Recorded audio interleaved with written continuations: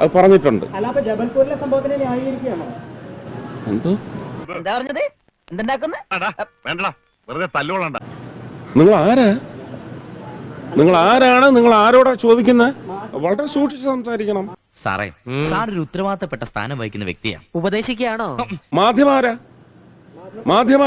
ഇവിടുത്തെ ജനങ്ങളാണ് വലുത്. അപ്പൊ നീ എനിക്ക് പുല്ലുവിലൂടെ തരുന്നത്? പുല്ലുവില അടിച്ചിട്ടുണ്ടോ? നാരങ്ങ മിഠായിയാണ് ഇളകണത്. ഏതാ ചാനൽ? ഏതാ ചാനല്? ബെസ്റ്റ്. ഊതാതെ ഞാൻ വന്ന ദിവസം തൊട്ട് നീ എന്നെ ഒരുമാതിരി ആക്കുന്നുണ്ട്. അതങ്ങ് കൈ വെച്ചിരുന്നാ മതി. എന്റെ തല എപ്പോ കണ്ടാലും അയാൾക്ക് കൊട്ടണം. ഞാൻ പറയും പോലെ എന്തെങ്കിലും അന്തസ്സേട്ട പെരുമാറ്റം എന്റെ ഭാഗത്ത് നിന്നും ഉണ്ടായിട്ടുണ്ടോ? പിന്നെ കുറെ ലാത്തി അടിക്കും. വല്ലതും പറഞ്ഞോ? സൗകര്യമല്ല പറയാൻ. മൂപ്പരോട് ചോദ്യങ്ങളൊന്നും അധികം ചോദിക്കണ്ട. മൗനവ്രതം തുടങ്ങിയിട്ടുണ്ടോ എന്നൊരു സംശയം.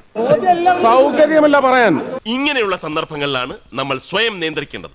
Self control. ഓഹോ, നീ സ്വയം നിയന്ത്രിച്ചു നിന്നതല്ലേ?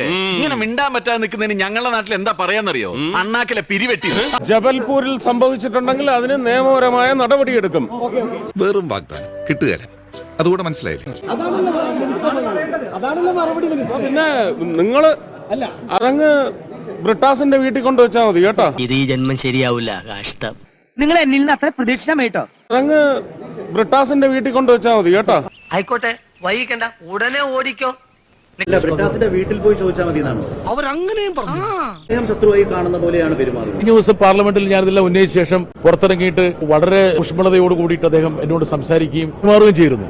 ഞങ്ങൾ തമ്മിലുള്ള ഇരുപ്പങ്ങനാ വെരി ക്ലോസ്. അതായത് കാലിക രാഷ്ട്രീയത്തെക്കുറിച്ച് ജനപ്രതികൾ സംസാരിക്കുമ്പോൾ കുറേയും കൂടി സഭ്യമായിട്ട് അദ്ദേഹത്തിന് വേണേൽ അതിനോട് പ്രതികരിക്കാം.